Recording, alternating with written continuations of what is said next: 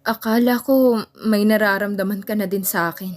Pero mali pala ako ng iniisip. Thank you nga pala sa'yo. Dahil sa'yo binago mong pagkatao ko. Saad nito, bumuntong hininga ko ng malalim upang humugot ng lakas ng loob. I'm sorry sa mga nasabi ko. Nasabi ko lang yon dahil okay lang kay Real. Pagsisingit nito. Alam ko sa una pa lang busted na talaga ako. Pero sinubukan ko pa din. Kahit na alam kong wala akong pag-asa sa'yo dahil ayaw mo sa mas bata ang edad sa'yo. Iniisip ko din kung kinakahiya mo ba ako. Singhal nitong sabi. Hindi yun ang ibig kong sabihin, Jeho. Paggigiit ko. Paano ko ba sasabihin sa kanya na naiinis ako dahil si Cassie palagi ang kanyang kasakasama noong nakaraang linggo? Ayoko namang isipin niya na nagsiselos ako. Pero totoong nagsiselos talaga ako. Pero bakit ang bilis naman ata niyang sumuko kung ganon? Give me another chance kay Real para maipakita ko sa'yo kung gaano kita kamahal at kung gaano ka kaimportante sa akin. Saad nito, para akong nabuhayan ng loob sa sinabi niya. Mapapa-oo na siguro ako sa kanya at sasagutin ko na siya agad dahil mahal ko na din siya. Naiinis lang talaga ako dahil sa nagsiselos lang ako. Hinawakan niyang dalawa kong mga kamay at masuyo niyang hinalikan ito. I always love you, sweetheart. Kahit na ilang beses mo pa akong ipagtabuyan, mamahalin at mamahalin kita. Sabay halik niya sa kamay ko. Naging maayos din ang lahat pagkatapos naming mag-usap. Binigyan ko na din siya ng isa pang chance para ligawan niya ako ulit. Nauunawaan ko din naman siya dahil busy din ito sa pag-aaral niya. Kailangan dapat ang malawak na pag-unawa at pag-intindi. Ngunit hindi ko nagawa yon. Dahil nauna ang selos at galit ko. Ako tuloy ang nagmukhang bata sa inasal ko sa kanya. After a few days, todo support si Jeho sa akin. Palagi niyang sinasabi sa akin na wag akong kabahan. Sabi ko kapag nakuha namin ang first place, sasagutin ko na siya agad. Gumuhit sa kanyang mukha ang labis na saya. Kaya heto siya at lagi niya akong chini-cheer up. Kasi excited na daw niya akong mahalikan ulit ang labi ko. Kinikilig ako sobra. We got a first place in cheering squad. Yes! Natutuwang saad ko sabay buhat niya sa akin. At may patalon-talon pang nalalaman si Jeho. Ibaba mo na ako, Jeho! Sabay palo ko sa kanyang braso dahil akong nahihiya sa ginagawa niya. Halos sa amin na nakatingin ng mga tao dahil sa pagbubunyi ni Jeho sa pagkakapanalo namin. Todo support siya sa akin. Ay, grabe talaga yung saya niya. Yung tipong kasiyahan niya parang ikinasal na kami. Tapos honeymoon agad ang inaantay. At na kasi siyang sagutin ko na siya. Kaya ganun. Grabe, kinikilig ako. At hindi lang akong kinikilig. Maingat akong ibinaba ni Jeho. Napahigpit ang yakap nito sa akin. Napatingkayad na lang ako dahil sa tangkad nito. Grabe, ang gwapo talaga ngayon ng Jeho ko. At sobrang bango pa niya. Parang ayaw ko nang humiwalay sa kanya. Gusto ko kasi palagi ko siyang inaamoy simula ulo nito hanggang dibdib lang niya. Hanggang dun lang ako. Mabango ba ako, sweetheart? Malumanay niyang tanong. Oo, sobrang bango mo, my love. Sabi ko, napahiwalay siya agad sa akin. What do you say? I want to hear it again. Please, say it again. Sabi nito. Sabi ko, my love, hiya kong sabi. You mean, sinasagot mo na ako? Tanong nito nang may galak sa kanyang mga mata. Sasabihin ko na sana, ang kaso baka lumungkot ulit ang mukha niya. Subukan ko kaya siyang i-prank.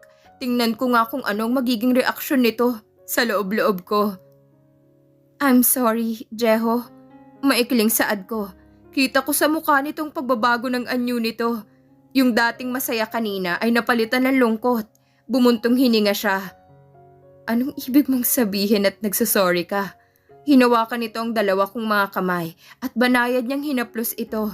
Mali atang sinabi ko pa yun sa kanya dahil ang alam nito ay binasted ko na siya. Jeho, mali ang nasa isip mo. Sabi ko at tipid akong ngumiti sa kanya habang ang kanyang mga matay nangingislap na dahil sa luhang nais ko mawala doon.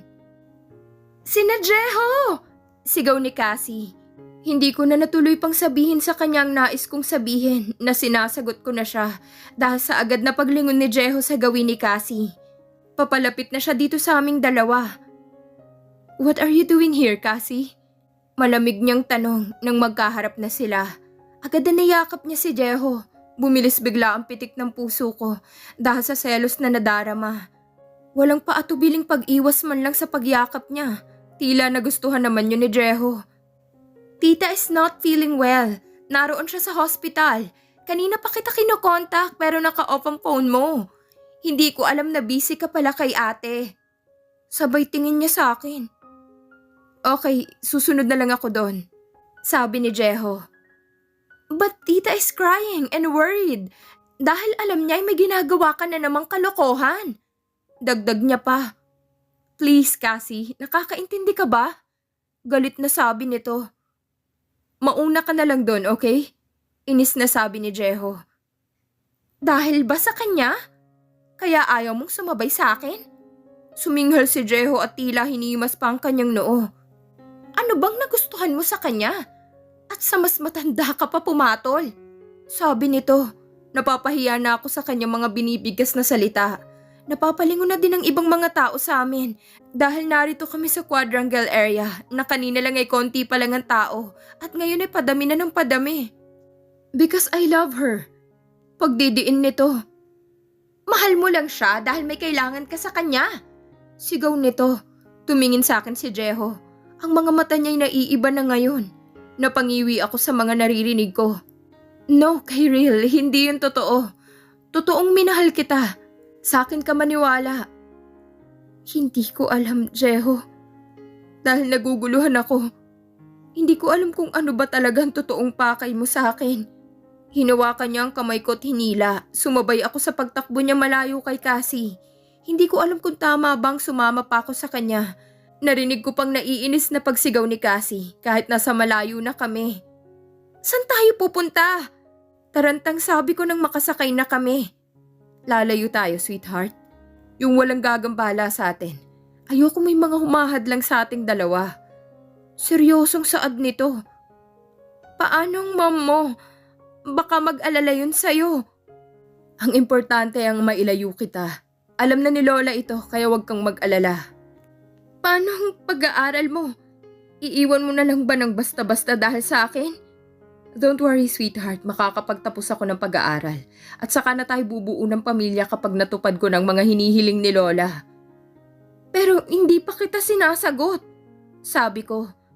"Sweetheart naman, kailan mo ba ako dapat nasagutin? Sabi mo sasagutin mo na ako." Sabay nguso nito dahil sa pagtatampo. "Ang corny mo, Jeho, ha?" Nagpreno siya bigla. "Sagutin mo na kasi ako." Pamimilit niya pa. Nakakatuwa naman. Hindi niya bagay maging mabait dahil sa angas ng kanyang itsura. Napa-cross arm na lang ako at iniiwas ang muka sa ibang direksyon dahil hindi ko kayang makipagsabayan sa mga mata niyang nangaakit. Para akong nahuhubaran sa paninitig nito. Si Jeho ba tong kaharap ko? "Hindi mo talaga ako sasagutin, sweetheart." Lumapit pa siya ng konti sa akin. Sobrang lapit niya. "Anong ginagawa mo? Mag-drive ka na at gusto ko na magpahinga." Sabi ko. "I won't do that hanggat hindi mo pa ako sinasagot." "Sinagot na kita kanina pa eh. Hindi mo lang narinig dahil dumating bigla si Cassie." "Yes!" Biglang sabi niya. Malapit sa tenga ko. "Jeho!" Pinandilatan ko siya ng tingin dahil sobrang tinopak ata ngayon si Jeho. "Ikaw ba talaga yan?" Takang tanong ko pa. "Masaya lang ako, sweetheart, dahil simula ngayon. Girlfriend na kita." Masayang sabi nito. Ano naman ngayon kung girlfriend mo na ako?" "Because I will kiss you every day." Malandi pang sabi niya. Biglang dumagundong sa lakas ng kabang dibdib ko. Para akong hihimatayin anumang oras dahil pati ang puso ko'y sobrang saya nito. Unti-unti niyang inilapat ang labi niya sa labi ko. Damang-dama kong lambot ng kanyang labi. Pilit niyang ibinubuka ang labi ko. Napahiwalay ako sa labi niya dahil hindi ako marunong nun. "Hindi ako marunong umalik." "Sorry," malungkot kong sabi. Marahan niyang hinawakan na magkabilang pisngi ko. Pinagdikit niya pa ang noo niya at ang noo ko at amoy na amoy ko pang mabangong hininga nito. Sumabay ka na lang sa akin, sweetheart. Matututo ka rin kapag ako ang kaharap mo. Sabi pa nito, sa akin lang ang labi na to, sweetheart. At ako lang ang pwedeng humalik sa'yo. Wala nang iba. Mananagot ang sino mang lalapit sa'yo. Alam mo naman kung anong kaya kong gawin. Muli na naman niyang sinakop ang labi ko. Sumabay ako sa bawat paghalik niya sa akin. Hindi nagtagal natuto na din ako. Hindi ko akalain na una hanggang kiss lang kami. Pero sobrang galing niya sa pamamaraan ng paghalik nito sa akin. Tinapik ko ang kanyang braso. Mabilis kong binawi agad ang labi ko. Tila nabitin pa ito. Pinitin mo naman ako, sweetheart. Reklamo niya. Bitin ka pa ba sa lagay na yan? Malumanay kong sabi. Halos tumagal ng 5 minuto yun ah. Ang tamis kasi ng labi mo. Isa pa, para makauwi na tayo. Paghihirit pa niya. Sa bahay na lang. Kahit magdamag mo kung halikan, hindi ako tututol. Sabay irap ko. Okay, but not a kiss only. I want more than a kiss.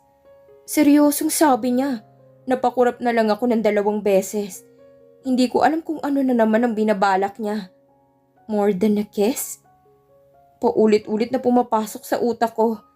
Hindi talaga maalis sa isip kong mga salitang binigkas niya hanggang sa makarating na kami sa isang lugar na napakaganda at parang nasa probinsya pa din kami.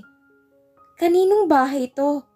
Kunot noong tanong ko nang nasa tapat na kami ng malaking bahay. Sa kaibigan ng lola ko. Ito yung bagay na pinagkakaabalahan ko noon kaya hindi kita gaanong napupuntahan sa apartment. Napatango na lang ako. Ito pala ang dahilan kaya hindi ko siya nakikita ng 2 linggo. Tapos kung ano-ano tuloy ang pumapasok sa isip ko. Do you like it here? Oo naman, kaso napakalaki naman ata kung dyan tayo titira. Napangiti siya sa sinabi ko. Yeah, dito tayo titira. At magsasama tayo. Na tayo lang 2 para walang istorbo. Kasabay yun ang paghalik sa kamay ko. Sabay na kaming pumasok na magkahawak ang mga kamay sa loob ng malaking bahay. Namangha ako sa ganda nito nang makapasok na kami. Kahit luma na, maayos pa din ito at matibay pa. Bigla akong binuhat ni Jeho papunta sa 2 palapag ng bahay. Kinabahan ako dahil ito na siguro yung sinasabi niyang more than a kiss ang gusto niya. Anong gagawin natin dito sa loob ng kwarto? Tanong ko. Magpapahinga na tayo dahil alam kong napagod ka. Kasabay niyo ng paghubad niya ng damit sa mismong harapan ko. Napalunok ako nang makita kong muli ang mala-Adonis nitong katawan. Sa edad niyang 19, ay hindi mo talaga maiisip na 19 siya dahil sa matured ang pangangatawan nito at ang pag-uugali. Iginala ko na lang ang paningin ko sa kabuuan ng loob ng kwarto. Napakaluwang kasi ng espasyo dito sa loob ng kwarto at pwede pang maghabulan. Pansin ko may terrace ang kwartong ito. Kaya't agad akong nagtungo doon upang makita. Sumunod din siya sa akin nang matapos na siyang magpalit ng damit. Napahawak ako sa may railings at doon sinamyong sariwang hangin. Napayakap siya sa aking likuran at mahigpit niyang ikinulong ang maliit kong bewang. This is the first happiest night with the woman I love. Makakatabi ko na siyang matulog dito sa malambot na kama. I want to hug, kiss, and touch her skin everywhere. But when I did that to her, kumunot agad ang noo niya pagkaharap niya sa akin. Doon ka matulog sa sahig. Kasabay yun ng malakas na pagsipa niya sa akin kaya ako nahulog. Napadaing ako sa sakit sa aking bewang, gawa ng malakas niyang pagsipa. Mukhang nabalian yata ako ng buto. Marahas ko siyang tiningnan pagkatayo ko. Why did you do this to me, sweetheart? Paano pa ang score ko nito kung ganitong ginawa mo sa akin? Sabi ko habang hawak ang bewang kong nananakit, pati likod ko ay masakit na din. Yan ang score mo. Kulit mo kasing matulog eh. Kung saan nakakarating yung kamay mo na yan. Inis niyang sabi sa akin. Hindi ko siya pinansin at tinungo ko na lang ang sofa at doon nahiga. Ginawa ko na lang pangtakip ang unan sa kanang tenga ko. Habang patagilid na nakahiga na hanggang ngayon ay nagsasalita pa din siya. Ang ingay mo, sweetheart. Matulog ka na. Good night. Wala na akong narinig na anumang salita niya pagkasabi ko na yon. Nakaramdam na lang ako ng pagyakap sa aking katawan. Agad kong hinawakan ng malambot na kamay ni Kyril. Sorry na, love. Matulog ka na dun sa kama. Please? Are you sure? Baka sipain mo ulit ako. Masakit pa naman ang mabalian ng buto. Bumangon ako at umupo. Ginawa kong pantakip ang unan sa pangharap ko. Dahil kakaiba na naman yun ang yakapin niya ako. Narito naman ako para hilutin ka. Asan bang masakit sa'yo? Tanong nito habang nakaupo siya sa sahig. Sasabihin ko sanang yun ang masakit. Kaso, baka hindi lang tong abutin ko sa kanya. Ano? Ayaw mo? Tanong niya pa. I want to prank her, but I'll try if it works. Sweetheart. I want you to massage my... Nguso ko sa nakatakip ng unan. Ha? San banda? Heto ba? Hawak niya ang unan sa kanya, tinanggal at inihagi sa sahig. Shit, gusto ko sanang bawiin yung sinabi ko pero huli na. Napamulagat na siya sa parting yon. Lintik, san ba dyan? Sabay kamot pa niya ng ulo. Nadismaya ako, akala ko alam niya. Ay, huwag na nga lang, sweetheart, matulog na tayo. Nauna na akong tumayo at nagtungo na sa kama, nahiga ako, malayo sa kanya. Ramdam ko naman na lumundag ito sa kama at tinabihan niya ako. Umiiwas na nga ako para hindi maglapit at magdikit ang mga katawan namin. Dahil naiinis lang ako sa nararamdaman ko kapag dumidikit lang siya sa akin. Nagtatampo ka ba, my love? Sabay yakap na naman niya sa akin. Matulog ka na, sweetheart, may pasok pa ako bukas. Saka ako umusod ng konti palayo sa kanya. Iniiwasan mo ba ako? Nasa boses na nito ang pagtatampo, hindi ko na lang siya pinansin para tumahimik na siya. Ang init, love, sabi pa niya, pero hindi ko na lang siya pinansin. Hindi ko na siya nilingon pa at hindi ko alam kung anong kanyang ginagawa. Ramdam kong humiga na ito, nang pumikit na ang dalawa kong mga mata dahil dinadala na ako ng antok. Nagulat na lang ako nang parang may bumato sa aking muka, kaya napadilat ang aking dalawang mata. Kinuha ko yun sa mukha ko at napabangon agad. Shit! Andis? She's nude. Hindi ko alam kung tulog na ito, pero agad din niyang inagawang kumot sa akin. Good night, my love. Sleep ka na. May pasok ka pa bukas eh. Sabi nito habang nakapikit ang dalawa niyang mga mata. No, I won't. How could I sleep if my girlfriend is seducing me? Bahala ka. Tinanggal kong muli ang kumot na nakatakip sa kanyang katawan. I love you, sweetheart. Usal ko habang himbing na himbing ito sa pagtulog. Ito ang unang gabing may namagitan sa amin ni Kyril at hindi ako nagsisisi na siyang minahal ko.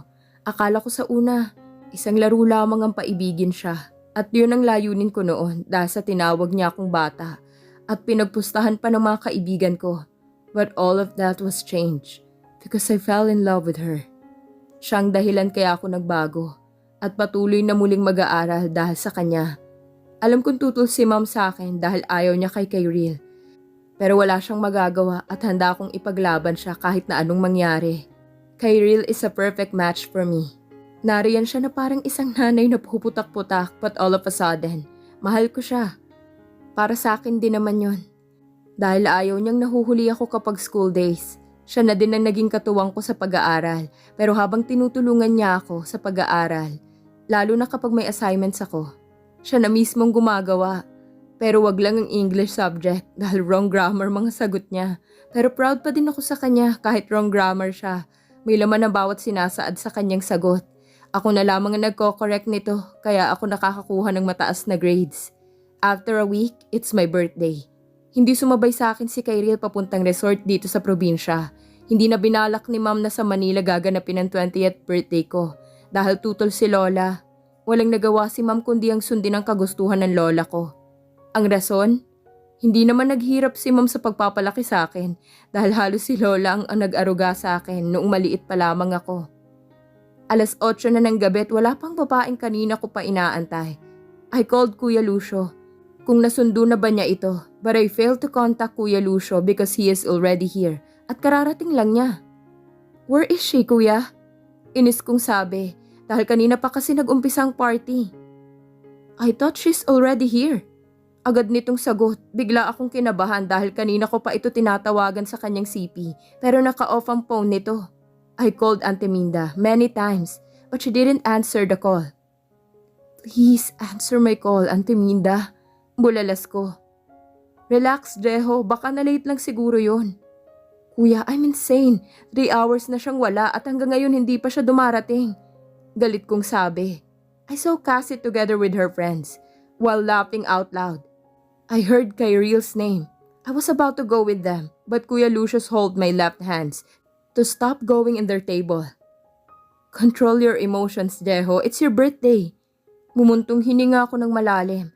Bumalik ako sa wisyo na huwag magalit. Nagtimpi ako sa galit ko at baka pati si Cassie ay magalit ako sa kanya at masaktan ko lamang siya. My birthday is over, Kuya. I want to fight Kyriel. Wait, I'll go with you. Sigaw nito at sumunod sa akin. I heard Cassie shouted my name, but I ignored her. Tig-isang sasakyan ang ginamit namin ni Kuya Lucio papuntang boarding house. Nadatnan namin nagsasarado na ng kantin si Auntie Minda. Nagulat pa nga ito pagkakita niya sa amin. Magandang gabi, Ante. Si Kyriel po, nasa na po siya? Tanong ni Kuya. Bakit hindi niyo siya kasamang umuwi? Kanina pa kaya nakaalis yun? Kasama yung babaeng may kulay ang buhok. Sabi nito. Nagkatinginan kaming dalawa ni Kuya at sabay na kumunot ang noo. Sino pang may kulay ang buhok? Halos may mga kulay ang buhok ng mga kaibigan ni Cassie. Si Brenda may kulay din ang buhok. Agad akong sumakay sa dala kong sasakyan.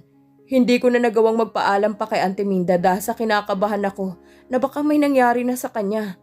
Hindi ko alam kung saan ako patungo ngayon nang maramdaman nagbabibrate na ang phone ko sa aking suot na black pants. Brandon's calling. Agad ko yung sinagot at tinig kong tumatawa ito ng malakas. Inilayo ko ng konti sa tenga kong sipi at minura ko siya ng paulit-ulit.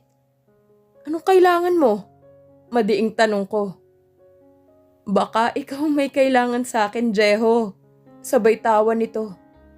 You, Brandon? Alam kong ikaw ang may hawak kay Kyriel. Mananagot ka kapag may nangyari sa kanya.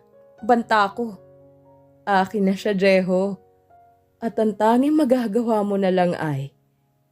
Hindi na pinatapos ni Jeho ang kanilang usapan dahil agad na niya itong pinatayan ng tawag.